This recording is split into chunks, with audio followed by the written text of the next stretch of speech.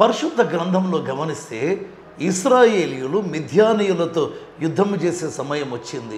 దేవుడు గిద్యోనును తన సేవకుడుగా ఏర్పరచుకున్నాడు. సరే, యుద్ధానికి వెళ్ళే సమయంలో దేవుడు ఏమన్నాడంటే, ఈ మిడతల దండంతా మిద్యానీయులను ఓడించేదానికి ఇశ్రాయేలులో 1000 మంది అవసరం లేదు. న్యాయాధిపతుల గ్రంథం 7వ అధ్యాయం 7వ వచనంలో ఏమన్నాడంటే, గతికే వారి ద్వారా రక్షిస్తాను అన్నాడు. ఒక పరీక్ష.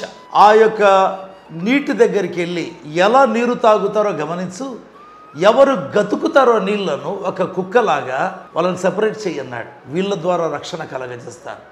ఇదేంటండి, గతికే వారి ద్వారా రక్షణ? కొరింథీ మొదటి పత్రిక 1వ అధ్యాయం 27వ వచనంలో రాయబడింది కదా, దేవుడు ఈ లోకంలో గనులను ఏర్పరచుకోలేదు, జ్ఞానులను ఏర్పరచుకోలేదు, బలవంతులను ఏర్పరచుకోలేదు, వెర్రివారిని, బలహీనులను, ఎన్నిక లేని వారిని ఏర్పరచుకున్నాడు. అవునండి, ఆ విధమైన వారి ద్వారా మహిమ పొందడం ఆయన గొప్పతనం. హల్లెలూయా.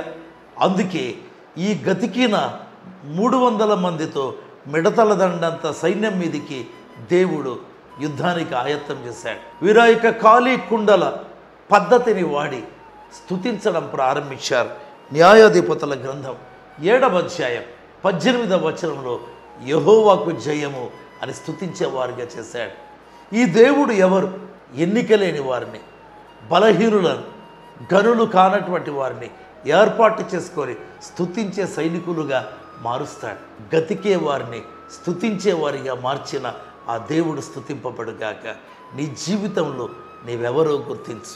ఎన్నిక లేని మనలను ప్రభు ఎన్నిక చేసుకున్నాడు. అది ఆయన కృప.